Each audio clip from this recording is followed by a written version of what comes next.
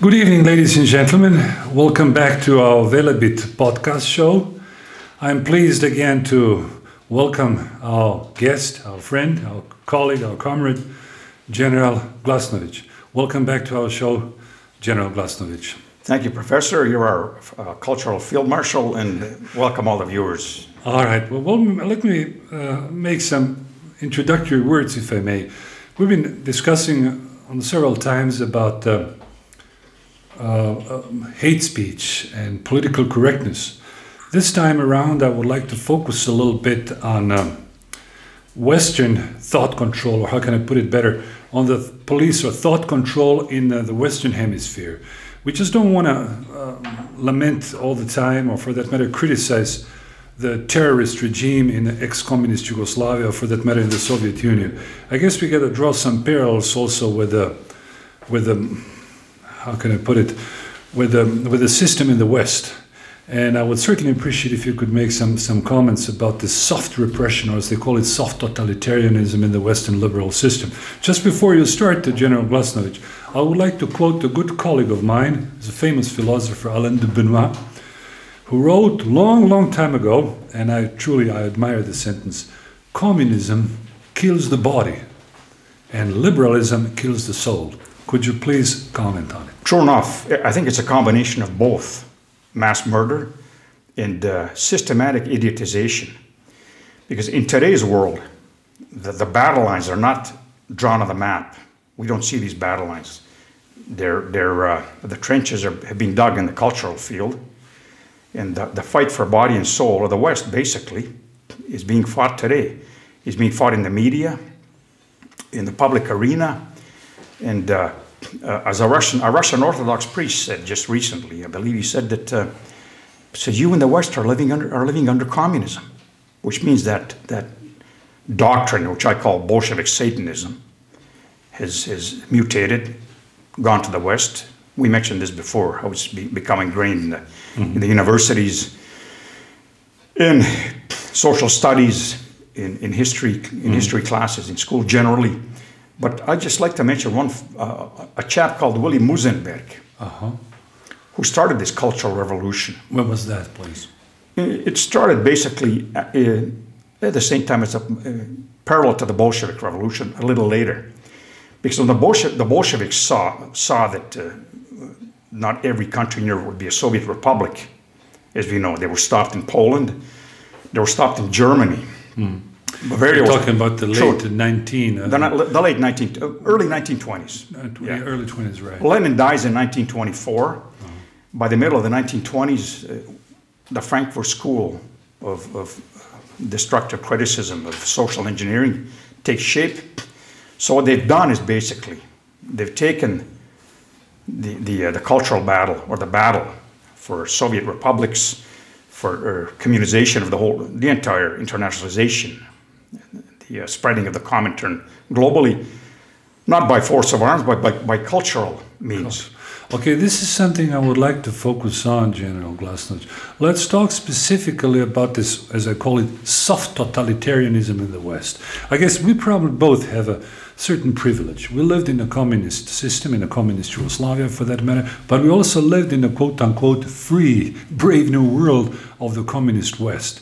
So I guess both of us realize that there is a certain forms of very insidious type of intellectual repression that we both witnessed in our earlier days in the States and Canada, for that matter in Germany and Australia. Could you explain that for our viewers and also for our Croatian expatriates? Well, and give me some specific examples. Exactly. Well, in the last 50, 60 years, the total cultural landscape of the West has changed due to this insidious and not so covert war against the West. I mentioned Willy Musenberg. I'll just read out. He was one of the founders of the Frankfurt School of Sociology, and he said that the first phase of conquering the West would be to make it rot from the inside, which was internal destruction of. I'll read this out in a moment. Please do that. Some of the steps, and the second would be the dictatorship of the proletariat. In the first phase, this is what I won't read all the steps, but this is some of the. Basically it's a doctrine to corrupt. Yes, read it aloud, please. I'll read it out loud. The first, this quiet cultural revolution, what they recommended, and we see this today, it's no longer a recommendation, it's here with us. The creation of racism offenses, that continue to change to create confusion. People are confused. They see symptoms of something, they don't know the root causes. The teaching of sex and homosexuality to children, which means children are sexualized at an early age. The undermining of schools and teachers' authority through destructive criticism, destructive individualism. This is also important. We see this today. Huge immigration to destroy identity. This is what we are witnessing today. True. Dependency on the state or state benefits. Social parasites. The welfare state. The death of the work ethic. And finally, the most important of all, is encouraging the breakdown of the family. Yes. General Glasnovic, let me just back up a little bit and let's make a little parallel. I guess, ironically, we probably had the advantage in our earlier days when we lived in a communist Yugoslavia. We could decipher, we could single out, even morphologically. Let's say even we could tell that by phenotypes, we could tell the communist hacks, if you wish, or communist bastards. We are going to avoid some big words. However, back in the States, I remember when I was a professor back in Canada, when you were also a public servant over there, the problem was that in a liberal system, we could never decipher and single out who our enemy was, who our enemy still is. And this is what I find, what I think is far more dangerous, because this is the ongoing process, the ongoing problem in the West. Namely, you cannot define your enemy. You have this pervasive thought control everywhere, not just on the level of academia, but also on the level of military and elsewhere. I'm sure from your experience, you can tell our viewers more about this. Well, certainly, yeah. That famous word, crypsis. These people mutate so they cannot be recognized. Crypsis, explain that to our viewers. Well, it's exactly, maybe it's a term that originates in zoology, where an animal changes its shape or camouflages itself to protect itself from predators. And these people that have infiltrated, like Willy Musenberg, for example, we have a typical example in Croatia, Croatian parliament. That's a good example. Yeah. A fine example. For example, we have a book here, 100 Croatian Yugoslavs. Yeah, show it to our viewers, yeah, please. 100 Croatian Yugoslavs. So when we talk about minority rights and so on and so forth, we don't have 8 minorities in Croatian parliament. We have 20 or so minorities. People that have changed names that were generally identify themselves with the former Yugoslavia. We hear, for example, Mr. Stazic, others we have from the HDZ. You just read some of the names. Mr. Mikulic. Yes, go we ahead. have Ranko Ostojic. Yeah. You know, I could go on. So all former hacks, right? All former hacks. Yugoslav hacks, right? And see, we live in a culture of denial. Because what amazes me utterly is that people don't recognize that system is still here and it's ingrained. These people are basically mutated. They cannot change their mental framework. They're still here with us. So we're not, when you say we're not in transition, we're still on the other side of the Berlin Wall with these people because they cannot create a nation based on identity, patriotism, and a functioning democracy. That's a good point. You remember when you were attending school and university back in Canada, when I was a prof, when I was a graduate student in the United States of America, let me tell you the first cultural shock I had. Literally, I guess our viewers need to know that. I met more Marxist, quote-unquote, scholars, pro-Yugoslav scholars back at Berkeley, at UC Santa Barbara as well, when I was doing my graduate studies, than back in communist Yugoslavia. And this is something what I would like to focus on, this symbiosis, so to speak, between the intellectual environment, rather paleo-Marxist, paleo-communist environment in the West, which was actually boosting, which was actually legitimizing, in a sense, the communist terror in the East. I would like you to expand on that a little bit. Well, see, we have a specific problem here. Again, the word crypsis. These people, just to give you examples in Croatian parliament, you have the leader of the SDP, the Social Democratic Party, which is just an offshoot of the former Communist Party. Yes, that's a misnomer. We know that. Yeah, okay, it's a misnomer. Their form of socialism is not Scandinavian type. Yeah, anthropologically, they're still communist. We know that. Right. Is a bullet in the head and confiscation, nationalization. Yes. But we have the leader of that party, the young man. We have Bernardić, Mr. Bernardić. For example, He was a member of a Catholic youth league. Oh, you tell me about it. I didn't True, know. he was, I believe, a Salesian order, monastic order. Are you kidding? He was part of the, a devoted Christian, and now as a member of the Social Democratic Party, he's against Vatican Accords. Oh. So see, this is a total change. Which see in Croatia we have very few, I would say, true many mental Yugoslavs, but few very these original Bolshevik type mentalities who are still mired in that swamp of Marxism, Leninism, Bolshevism. We have a few, for example, like Mr. Stasic. He's a typical example of that criminal communist chromosome. His last statement, which was fairly well followed by the press, no one reacted, of course, when he said, "We didn't finish the job in 1945." Yeah, we know that. So well, how does this... I'll give you another example, is the Croatian Peasant Party. My grandfather, he was a member of the Croatian Republic. Beljak, I guess is his name, right? My grandfather was, in 1918, the only opposition party was the Croatian Republican Peasant Party. Are you talking before the Second World War? Or? Yeah, before the Second World War. Okay, we got to specify this for our viewers. And this is very important. And then Mr. Beljak, who's a foreigner car burglar, takes over the party, and they are worse communists, worse mental Yugoslavs than the original SDP. Okay. And they live in a total, it's not only total denial, it's more than crypsis, it's self-delusion. I think self-denial. It's self-delusion. But also, I think the majority of these former cadres, and we overuse the word something careerist, opportunist, but they're basically first careerists and opportunists, and a very small number have remained under the power of restraint, under the power of that Bolshevik Satanism. Now, they're a minority. We both agree, and I'm sure most of our viewers would agree with me. I've written about this, that communism is not just a political ideology or set of beliefs.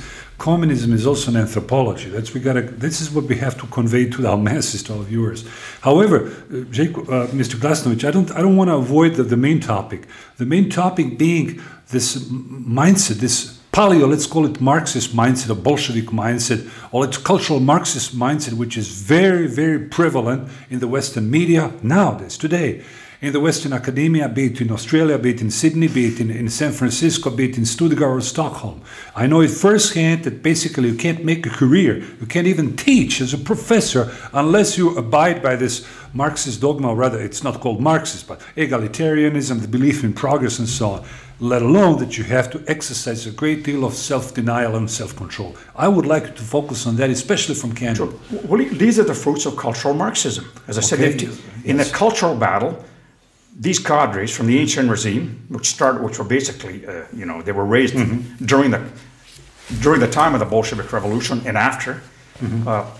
We'll talk about these other offshoots. The only offshoot is it's not just Bolshevism, cultural Marxism. It's also modern art. Modern art, yes. Tell us something about it. You have other offshoots. Well, if we talk about modern art, we see after the First World War, the rise of the Dada movement, the Dadaist movement. I think Max Ernst was a typical. Was a Romanian fellow? I forgot his name. True. A Romanian fellow of Jewish origin who was actually who launched this so we can Dada movement. Yeah. So one of the movements that's undermining the foundations of the Western civilization is modern art. We had Expressionism, Expressionism. The Dada movement was not so much a movement against the horrors of the First World War, but it was also a Bolshevik. Yeah, it's paleo. We can call it paleo-Bolshevik. And I hope paleo-Bolshevik because our viewers understand what that means. It's a hidden type of a cryptic type of a Bolshevism, which existed even prior to the Bolshevik takeover. True, they started before the First World War. Right. So in their mission statement, it says that they're basically formed to fight against the ideals of capitalism, and that was their basic. Those are their tenets. They had, for example, they held exhibitions in public washrooms. So it's not art; it's anti-art. And from the Dadaist movement, we have the conceptual art. In the 1960s, which we have Sidney Pollack. Sidney Pollack, right. Who today is lionized, which is basically a monkey can do that painting. A monkey could be. This is the systematic idiotization, conceptual art. For an example, Marina Abramović, Yes, I know. face staring in the Museum of Modern Art in New York, or masturbating for 2 or 3 hours. Guggenheim Museum. Yeah. Guggenheim has lots of those pieces. Well, Solomon Guggenheim. Yeah, Solomon Guggenheim. See, all these ideologies are interconnected, and all these people are interconnected through one way or another. For example, Solomon Guggenheim, who basically, he's one of the founders of the Museum of Modern Art. Of course, he was built under his tutelage. Married a Rothschild. Yes, our viewers need to know that. Just to see, and they made their money. The Guggenheims. One of the ways they made money was the rubber. They had a concession on rubber in the Belgian Congo, where 5 or 6 million. We know what happened under King Leopold.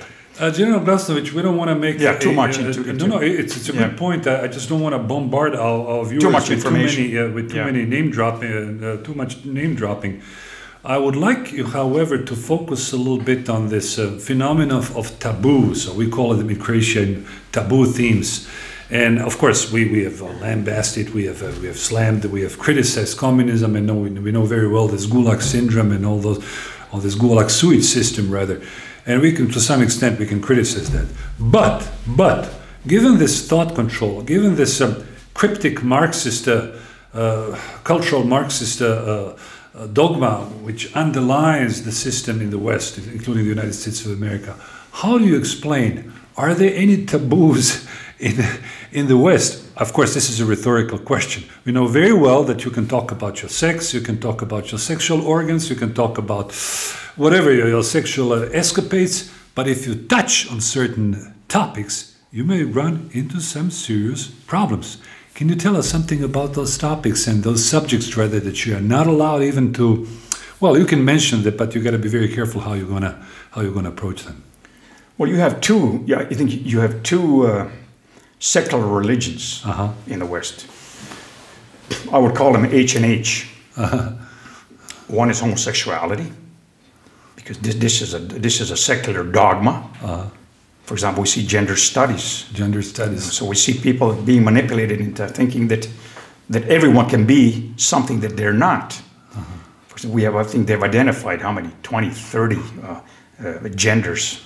So you cannot question if someone wishes to be something. See, our biological sex it's imprinted in our DNA. This is common sense. Okay. It's not manipulation, but through not so subtle manipulation, these gender groups, these gender warriors, have made us believe that social justice warriors have spread their dogma, their gospel of gender equalities. For example, the mind boggles when you hear things. For example, like we mentioned the attack on the family as one of the tenets of the Frankfurt School. Right. When we hear a transgender male gives birth. Oh, okay. When we hear, for example, in the near future that males will be able to breastfeed. Yes, I read about this. Yeah, when we hear, for an example, that there are other numerous examples. Now, on a purely legal level, so in other words, are you suggesting that if you criticize this, let's say, transgender studies, which to some extent are obligatory now courses at some universities in the States and elsewhere in the Western Europe, you can run into some serious legal problems. Sure, you can even, if you address somebody with the wrong pronoun, or say he or she, or Mr., Mrs., you must say je or ger, or you're liable. You're looking at a lawsuit. On top of it, I gotta address this issue. This is, of course, the racial issue. We know very well that what they call it, ethnic stereotypes are punished by law, even especially in Germany and in France. And most folks who are viewers from France and Germany know very well what I'm talking about right now. In the United States, of course, thanks to the First Amendment, you can still say certain things that you cannot even dream about in France and Germany and elsewhere in Belgium and the so-called European Union. And I would like you to say a few words about this racial question. Now keep in mind the racial question, racial factor rather, and heredity was a very predominant field in anthropology and sociobiology and eugenics as well back in the 20s, 30s, even 40s and 50s in the United States of America. But nowadays, even pronouncing the word race can get you into some problems. Let alone, of course, we know who the bad guys are. The culprits are always white racists. But other words, race do not exist. Your critical comment on it. Well, the first point that I made with this Frankfurt School was the use of race as a weapon. Mm-hmm. Such as? Well, for example, if you mention genetics, mm-hmm. social biology, mm-hmm. Basically you become a heretic, because even scientific studies which refute some studies or dogmas, modern dogmas, you're considered a heretic. As I said, in Canada, the truth is under the Supreme Court. We said this in the last interview, in our last show. That the truth is not admissible in a court of law if it insults someone's. Yeah. Did we mention also James Watson, the famous Nobel Prize winner? Are you familiar with his case? You know what happened to him? Yeah. Could you explain that to our viewers? Listen, we are not talking about some Mickey Mouse redneck. We're talking some big guy, big Nobel Prize winner, who actually is one of the best expert on DNA. Tell our viewers what happened to him legally. Well, he was pilloried for the statement that the racial question which he raised, that maybe all races are not the same. Basically, I think you have your friend Kevin MacDonald also is a social. He's a sociobiologist. A social biologist. Yeah. Controversial, but he has written lots of. Controversial, but I think whatever that means, that's a euphemism for it. We know what that means. You have other authors like another geneticist, the book is very, very controversial. Is Nigel West. Nigel West, yeah. We may have mentioned him in the last podcast. You mentioned once Lothrop Stoddard as well. You got to explain. Stoddard, Nigel West wrote a book called A Troubling Inheritance. Which also is the same theory that the gentleman we just mentioned a while ago, the Nobel Prize winner, James Watson. But we just want to make it clear to our viewers, we are not trying to denigrate them. We are not going to make any racist remarks here, folks. We just want to focus on this legal censorship and self-censorship among many, many sociobiologists, and I know quite a few of them. I know Philip Rushton was a great guy from Canada also. I don't know if you're familiar with his case. He wrote on the behavior of whites and he made some comparisons with other races and so on, but this is no-go zone. This is verboten, you're not supposed to tackle this topic. True. So this is basically what I want you to focus on, Mr. Glasnovic. How come the glorious West, we are talking every day how fantastic the West is, how people make money, but in my view, in fact, judging based on my experience, I haven't seen much freedom of speech in the United States of America. True, it's stifled in the mainstream media, not so much on the internet. You mentioned Stoddard, for example. And Stoddard called every revolution, he called it the revolt of the underman. Explain it. Yeah, there's always you always have a certain progression.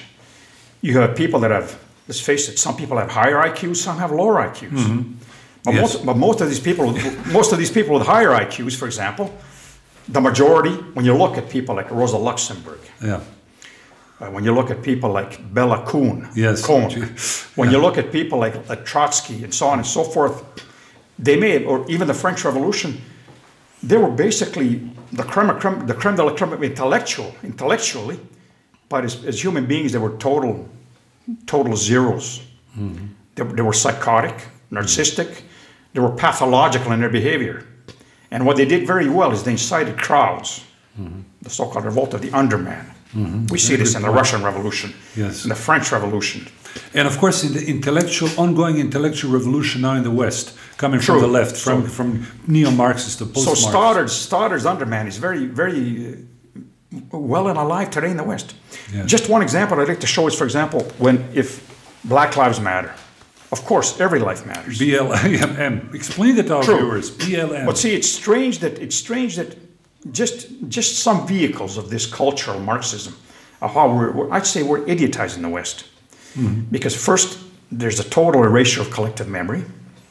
Then you have not so subtle and subtle manipulation through web. You have forums on the internet.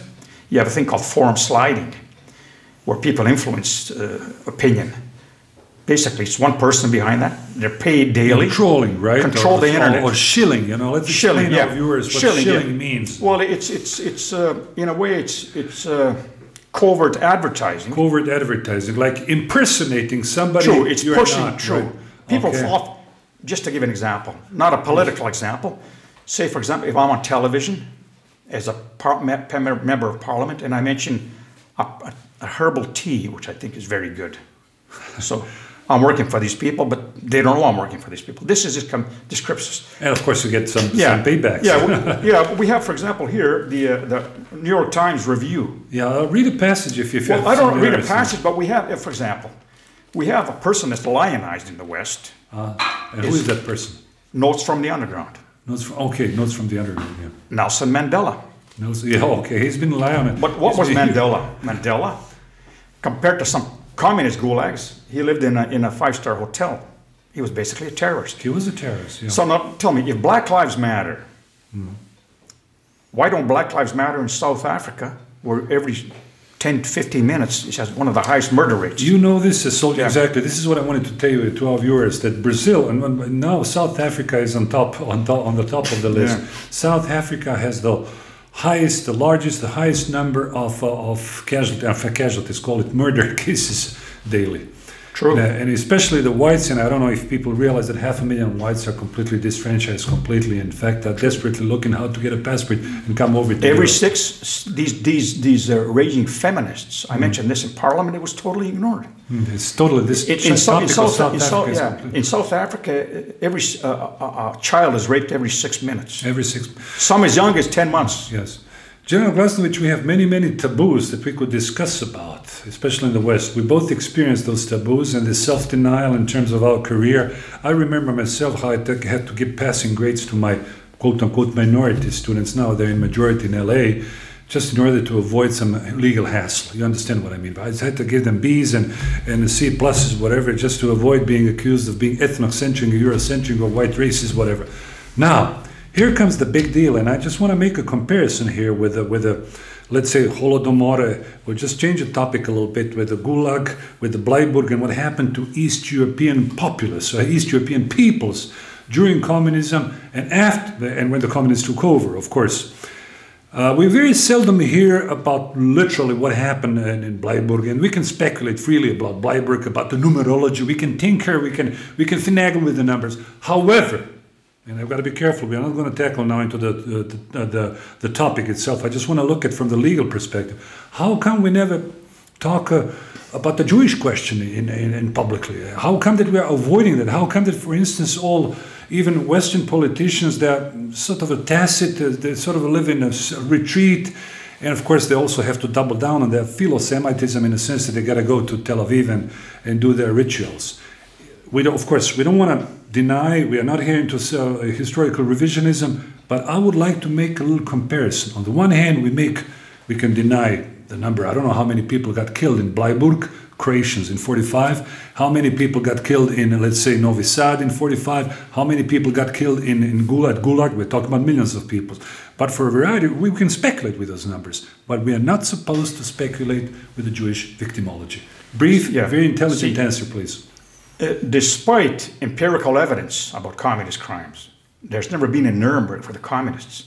So basically, we have two declarations from the European Union, 1481 and 1096. Our folks believe too much in it, but it's not. It's no, worthless. No, true. It's worthless. It's smoke and mirrors. Yeah, smoke and mirrors. Right. So the biggest criminal organization in history, the Communist Party, which is still in power, and 38% of the world's population still lives under communism. And the biggest control of the internet is in China. So why it has never been brought to justice is basic because the left wing, which is basically a psychotic left wing, which denies all these crimes, it's a mental disorder. They've convinced the West through manipulation in the media, through popular culture. I'll just give you an example how all this is interconnected.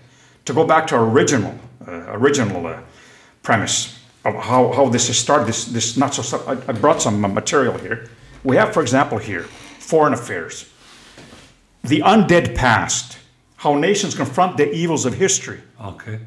Foreign affairs, yes. Okay, who reads Foreign Affairs? Who's the editor? You made a very good point when you mentioned Edward Carr, the English historian, who said, if you want to study history, study the historian. Excellent. This is why people are brainwashed through this. Are there any, in this, the title sounds good, The Undead Past, How to Confront the Evils of History. Why has no one confronted the evils of communist crimes? We're blind. Another example, how these, I mentioned Guggenheim. Yes. We have The Economist, with some of our creme de la creme, these nouveau riche people that have reinvented themselves, the children of communists, apparatchiks, UDB agents, secret police service agents. I will say a few words at the end about those folks as well. The Economist. Guggenheim marries a Rothschild.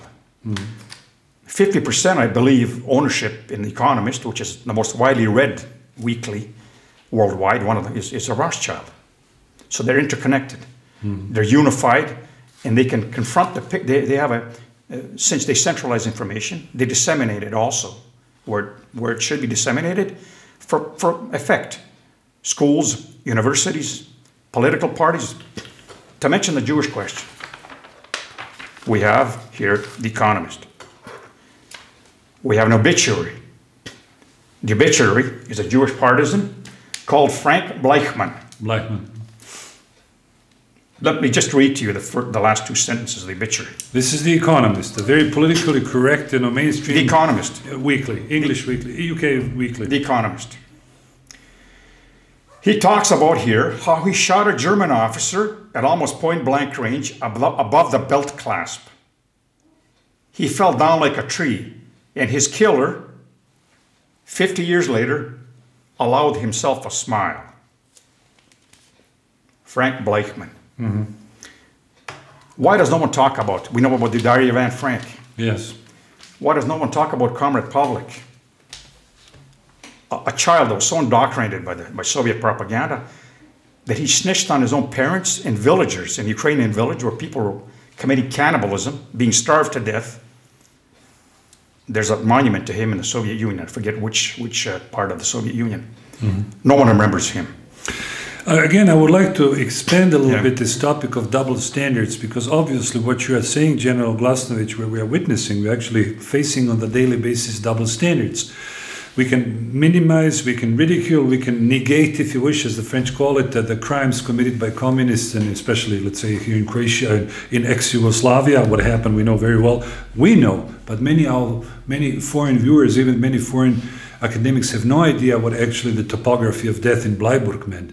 And we can freely talk and make jokes about this. However, as far as the Jewish question is concerned, I don't want to harp too much on it, but it seems that folks just sort of back up a little bit and don't want to get involved too much with this. True. So basically, it just confirms that the fact that we said at the beginning, that we actually have double standards. True. Well, hats off to them. We have the World Jewish Congress. Right. There were delegates here. And then you have ADL, and then you have SPLC, American Jewish Congress, France, you know, and then you have Jüdische Gemeinschaft and so on and so on. Well, they have extreme influence on political parties. So the World Jewish Congress comes here, and one comment struck me it was quite an impressive comment. They said that the litmus test for every country, every civilization, is how it treats its Jewish minority. Yeah, Jewish minority. So another example I would say is we have that here because our former cadres have just turned coats. Just I just picked this up today. We have the Croatian version of a cultural magazine, political magazine. Also, yes, I remember. I used to write for it. Well, let's just show people who is in this and just some of the topics. This is a daily deal. Hey. We have a former probably UDB snitch, Communist Party member. What was his last name? Galic. Tell me about it. I know his pedigree from my immigrant days. He's a top-notch snitch, UDBA snitch, and our viewers need to know that, our foreign viewers, that most of our folks, most of our mainstream quote-unquote experts and commentators are, I don't want to say UDBA killers, but they worked as snitches, as petty informers for the Yugoslav secret police back in communist Yugoslavia. Of course, now they've become older now, but they're still well versed in snitching around, including, of course, quite a few diplomats. We already covered that topic, so we're not going to talk about snitches. But tell me a little bit about the topic itself. Well, here's the topic. You can read the. You can read the. Let me see. You can read the Croatian. One cannot holler against retrieval of Croatian territories and at the same time deny the national liberation movement. Yeah, so the national liberation movement like killed, the commissar. Yeah. This is the commissar which killed 500,000 people. By the way, this is an important topic. We're now just going to switch back a little bit to communist Yugoslavia and, of course, the quote-unquote free Croatia. I don't call it free Croatia to start with. It's a joke. It's a travesty of free Croatia, and I hope you will agree with me. I agree. It's a travesty of Croatia. Now, I guess it just crossed my mind. Look, first, we got to tip our hat to Mrs. Estelle Gitman. She's a great Jewish lady. She was born in Sarajevo back in 39, I guess. She was recently here. She was well welcomed by our bishops, by our cardinal. She's a great lady. So, by all means, we are not here into revisionism. We don't want to, make some slurs or derogatory remarks against the Jewish people. All the more because we know very well what Esther Gitman did for us. She's doing a great thing in terms of even canonizing our Archbishop Stepinac. We'll talk about this next time, I promise. But now let's get back to the event that happened last day, and which ties in with what you are saying about former communists now becoming ultra-liberal Samaritans. I call them planetary good-doers, so to say, or do-gooders, or what do you call it, good-doers, or whatever, planetary Samaritans. And it just crossed my mind, this guy, he's a mass murderer, let's call him the former Minister of Foreign Affairs, Budimir Lončar. And I guess he was confronted the other day by some more or less free journalists, and he was asked about his past. Now, I just can't imagine that this guy is still thriving and kicking at the age of 94. I mean, under normal circumstances, this guy should be serving a lifelong prison sentence. And I would like you to explain a little bit the circumstances surrounding Budimir Lončar for our viewers. And tie it with the West, please. He's a typical example of these. He's almost a personification of these shapeshifters who have mutated and infiltrated Western society. He's an impersonation because originally, Communist Party member, chef of the it's called the Sector for the Protection of the People, OZNA. Okay, we're talking about 45, 46, 47. Yeah, after he was chief in Dalmatia. Yugoslav communist chief. That's what we got to stress. The secret police. Secret police. Which was trained by the NKVD. NKVD, right? The Soviet NKVD. Because at that time, of course, we got to explain that. I'm sorry to interrupting you. At that time, until 48, the secret police in communist Yugoslavia had excellent ties. It was schooled, it was groomed, it was coached by the Soviet secret police, NKVD. But the NKVD was the most murderous secret police in history. Not to go back, Cheka, OGPU, NKVD, and FSB today was an offshoot of the... they trained people like mass murderers, OZN murderers, Yugoslav secret police murderers. They trained people like Budimir Lončar, Jožo Manolić. And we also forget sometimes that they also trained the Gestapo because there was a pact. You had a Soviet, you had a Ribbentrop-Molotov pact. The German army trained in the Soviet Union. Those ties started almost immediately after the First World War. We're going too far into history to get off the topic. I'll come back to Budimir Lončar. They trained these because the Gestapo saw their methods of operation, and they remembered, I think, Stalin's comment. He said, "The death of one man is a tragedy. A million is a statistic." So therefore, they were trained. They saw all this. People have an illusion that the architects of Blitzkrieg were Germans. They were not. They were Russians. But what happened in the purges in the 1930s? We remember 1938. Stalin shot almost 800,000 people. He killed more of his high-ranking commanders, from brigade commander up, than the Germans. So basically, Budimir Lončar, Manolić, all these former hacks, secret party hacks, Yugoslav communists, come from there. Budimir Lončar, there was actually a television program just a few days ago where to show his loyalty to the communist regime, he used to beat his mother on her way from church when he was come to show that he was a militant atheist. Then we go back to the Bolshevik Revolution, where we had a formation of the League of Militant Atheists in 1929, and their weekly magazine was called Bezbožnik. How would you translate this?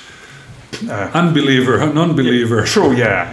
Or heretical. No, it's not a good word. A non-believer. And of course... Now, the other day there was a big glamour, there was a big glitz and glory, so to speak, at the main cultural center here in the center of Zagreb. And I guess our foreign viewers need to know more about this. And of course, this ties in what you earlier said about this Kripsis, this communist Kripsis. And Budo Lončar was there, and there was a whole gang of former communist journalists or journalists, even academics, call them under quotation marks. Now, one thing I would like you to explain. Of course, they don't now invoke the communist mystique or the Titoist mystique. They don't invoke, they're in fact even ashamed of it. They are now all big-time liberals, big-time human rights apostles. How do you explain this phenomenon? Look, keep in mind that we are talking with ordinary criminals and snitches, like we mentioned quite a few of them. This guy Galic, this guy I could mention also, he's now at the big diplomat in New York and so on. Now, how do you explain that folks now, they deny, they don't self-portray themselves as communists or as Titoists any longer because it's no longer digestible. But they're all big-time liberals and big-time human rights apostles, including Lončar himself. Well, true, they're excellent shapeshifters, but we have to understand here that you have 35% of the population here that's still under the influence of that one-party system. They were basically in a sect. They have not been deprogrammed. That's one part of the question here. Globally, they've taken over on a global level. They've taken over not just the mass. No one reads anymore. For example, when we talk about idiotization of the West, I'm amazed sometimes at some of the works of people. When you read literature from the 19th century, for example, Gibbons wrote The Rise and Fall of the Roman Empire. Mm-hmm. Oman, I was amazed when I was a child in junior high, I read a book, Oman, The History of the Peninsular War. It's amazing how much time was taken for these people to write these. They're masterpieces. Today, we live in a world of sound bites. Sound bites, and where a person's attention span is 2 minutes. So we're almost in this deconstruction of Western civilization. We've advanced technologically, but as far as literacy is concerned, I think the English Oxford Dictionary has maybe 180,000 words, I believe. There are more, probably, when you have acronyms. Mm. Slang, military. The military is great for slang. Yes. Ground pounder.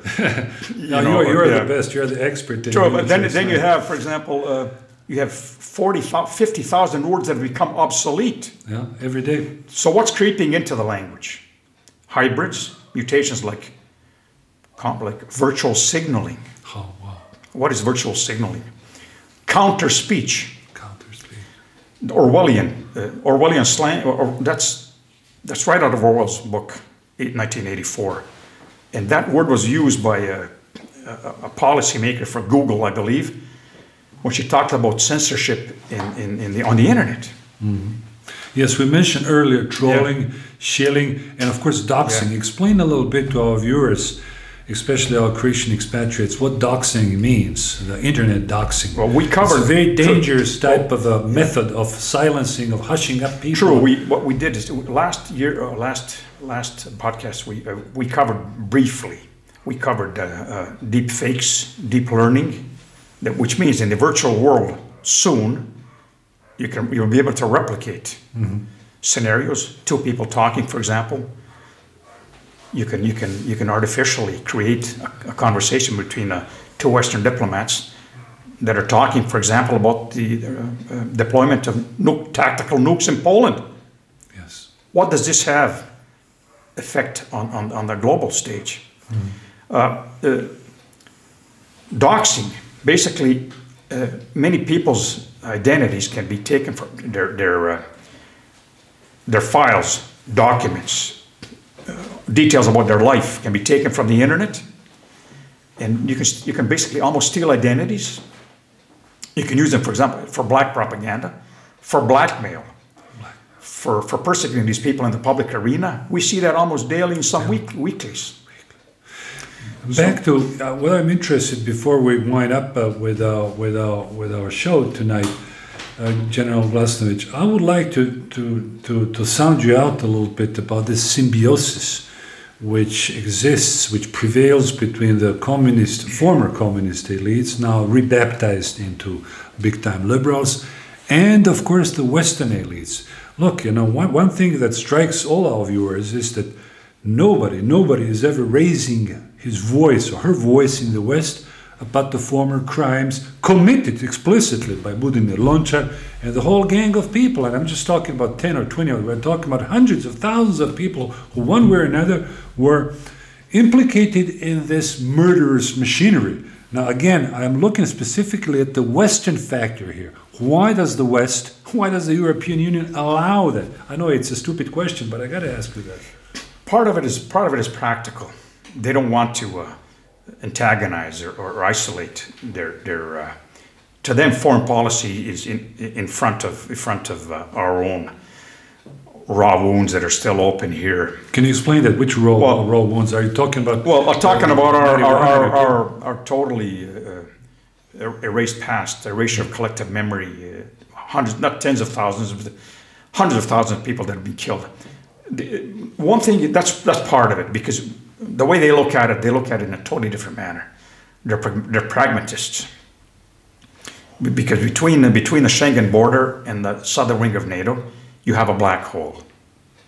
And there's a battle in that area, that no man's land between the Russians, the Americans, and of course a third party, which is a member of NATO, Turkey, who are lobbying for advantage here.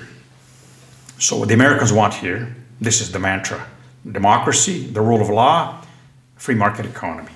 Our friends in the States... So this to them is in the forefront. Not so much the condemnation of communist crimes. Another thing is we're not Poles or Ukrainians, which have taken great forward steps to clean up their past. And because here we mentioned that crypsis, these chameleons, the shape-shifting. Bodo Lončar, for example, has reinvented himself. I mentioned this before. He's a member of two evangelistical religious movements. So just think of it. Well, former chief of a secret police. They call them the commander of the Underwater Battalion. But he's just, let's face it, true. Our viewers need to know that he's just the top of the iceberg. Listen, you got literally hundreds I should probably say dozens of thousands of people here in Croatia who one way or another... But then you have also that. But you know, the point here is that we were all eagerly expecting, you know, we still do, in fact, I should say, we still eagerly expect the West, the so-called human rights apostles, to say a few words about the massive communist crimes committed by Bodo Lončar and his likes in Croatia, in ex-Yugoslavia after the Second World War. But we don't hear from them. It won't happen. It won't happen because, let's face it. It has to come from this end. It has to come from it. Are Croats coward? Unlike Poles, or unlike Czechs, unlike Romanians, unlike Hungarians. But we are cowards. They have two problems. One is apathy. Apathy, which is a new atheism. They're always waiting for someone else to lead. The Poles don't have that problem. They know all about the Ribbentrop-Molotov Pact. They know who took over the party leadership after 1945. So in other words, they have more guts, structures. Right? Well, they have more. They're homogenous, and the thing to remember always is that Bolshevik Satanism was not in Czechoslovakia, Hungary, Poland, the former Soviet Union. Was imposed from the outside. It was external aggression. It was external. Our aggression here is tanks, right? Aggression was not only external but internal. Internal. So we have domestic brand of that soup here, and it's so ingrained in every level of society that it's almost difficult to any form of decommunization here is always through the papers. I'll tell you from a personal perspective, if you allow me, and I certainly would like you to add a few words on it. Look, on the one hand, I find it a little bit obnoxious now, lambasting and criticizing Budo Lonča, the big chief of the communist secret police. Well, keep in mind also that the Prime Minister, the Plenković himself, made a career right before the breakup of Yugoslavia. He wrote a piece, a bachelor's thesis was on Marxism in Yugoslavia. So I guess he's not the only one. Of course, now he goes to church, he prays be God, you know, and so sings hallelujah like most of them. So I guess we're talking about the systemic changes that we need here. We can't just remove Budo Lonča. He's an old fart anyway, you know. No, but we're talking about literally thousands of people in Plenković surrounding in his suite, the Nodmen, I call them the sycophants who just say what he wants to say. This is what the problem. But despite empirical evidence that these people are still here, Croats deny this.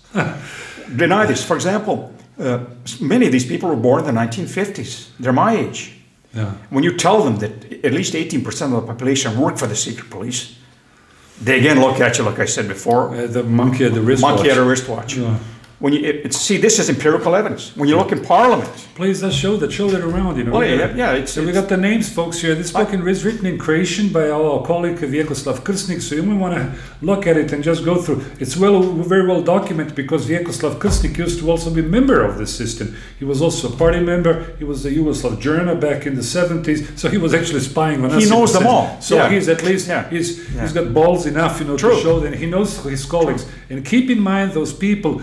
Despite the fact that they call us a right wing or whatever, Croatia is not a right wing. It's deeply permeated by the communist spirit. Just for example, I just opened this page. Go ahead.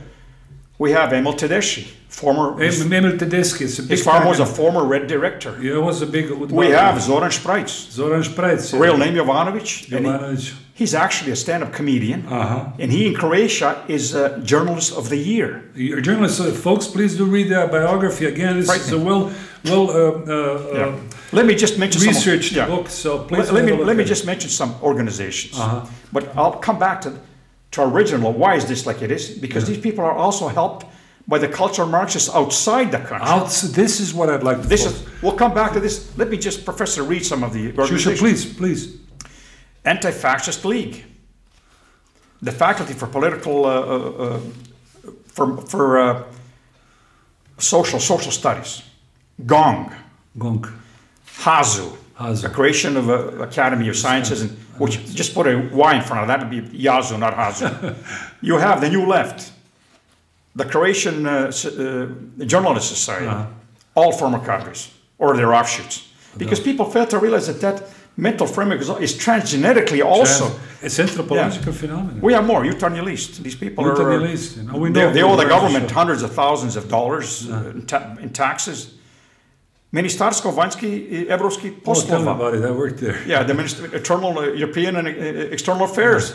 Budo Lonča's nest. He's a great. I could go on and on. We have the New Left, the New Right, the former. Novosti. Absolutely. Yeah. So I don't want to run out of time since we are here with books. I certainly want to. I'd rather have somebody else, advertise my book. But folks, if you want to read something about the intellectual terrorism in the West and how specifically it works in American academia, French academia, where I graduated, where I studied and so on a long time ago, German academia, where I used to be a guest there a long time ago.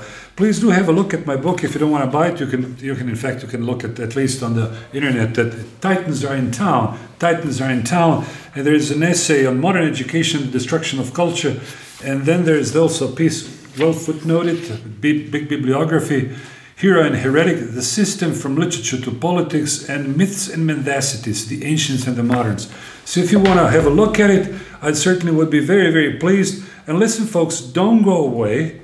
Next time, General Glasnovic and myself, we shall cover the field, the vast field of the literature and philosophy, and in fact the field which was banned in 1945, which is completely under the radar screen nowadays, and which will, in fact, in our next during our next discussion, we shall specifically talk about literally hundreds, probably we won't mention hundreds of them, but lots of authors, both in the United States of America, many Catholic authors, many scholars like Wilfredo Pareto in sociology, Carl Schmitt in political science, Ernst Jünger in literature, and many others who you are not aware of. Yeah. So keep in mind that the Nazis burned the books, but also the so-called allies and the communists, they burned massively the books. Please go ahead. Just a closing remark. Please, Professor. we have 2 more minutes left, General Glasnovic. You see, it's very important when I mentioned that they have cohorts outside the country, these recycled communists, mental Yugoslavs. For example, you have films like Pan's Labyrinth. Can you just repeat that? Pan's Labyrinth, The Shape of Water. Where the bad guys are always fascists. Fascists. This is a socialist Spanish director. You have, for example, films where people that are basically moral degenerates are lionized. You have Frida Kahlo, who shagged Trotsky. Yes, she's an icon she's an icon today in the West. Oh, we got this provincial and so on and so forth as well. You know, this guy. We also failed to mention the Salinger, the catcher in the rye. Not Salinger. But he volunteered for 6 months in Germany in 1946 to work in a program of denazification. Well, so did Marcuse. Marcuse was a chief interpreter for the OIS, what is OIS? This was the secret service, the American Secret Service during the Truman regime back in the 45, 46, and in fact he was doing the denazification on the academic level. So today, Marcuse and Horkheimer, so I know where they're true. So we look at today, Rosa Luxemburg, a Bolshevik, raises a revolt in Germany. She's lionized as a Democrat today in the Wikipedia. Like Mandela you mentioned a while ago. We have, and again, I was going to mention, I think I mentioned Bela Kun, maybe not. A bold murderer. That's how the Hungarians, our friends in Orban's government, they call him a bold murderer. True. It was not just him. There were other guys. True, of course, yeah. who were surrounded. Well, listen, General Glasnovic, I enjoyed so much. This was probably our best show, but I certainly next time I want to focus a little bit on literature and art and get specifically many authors and suggest our viewers to read some of our books, not my specific, books of some unknown American scholars who completely disappeared from the radar screen. Thank you very much for your attention, and thank you again, General Glasnovic. Hola.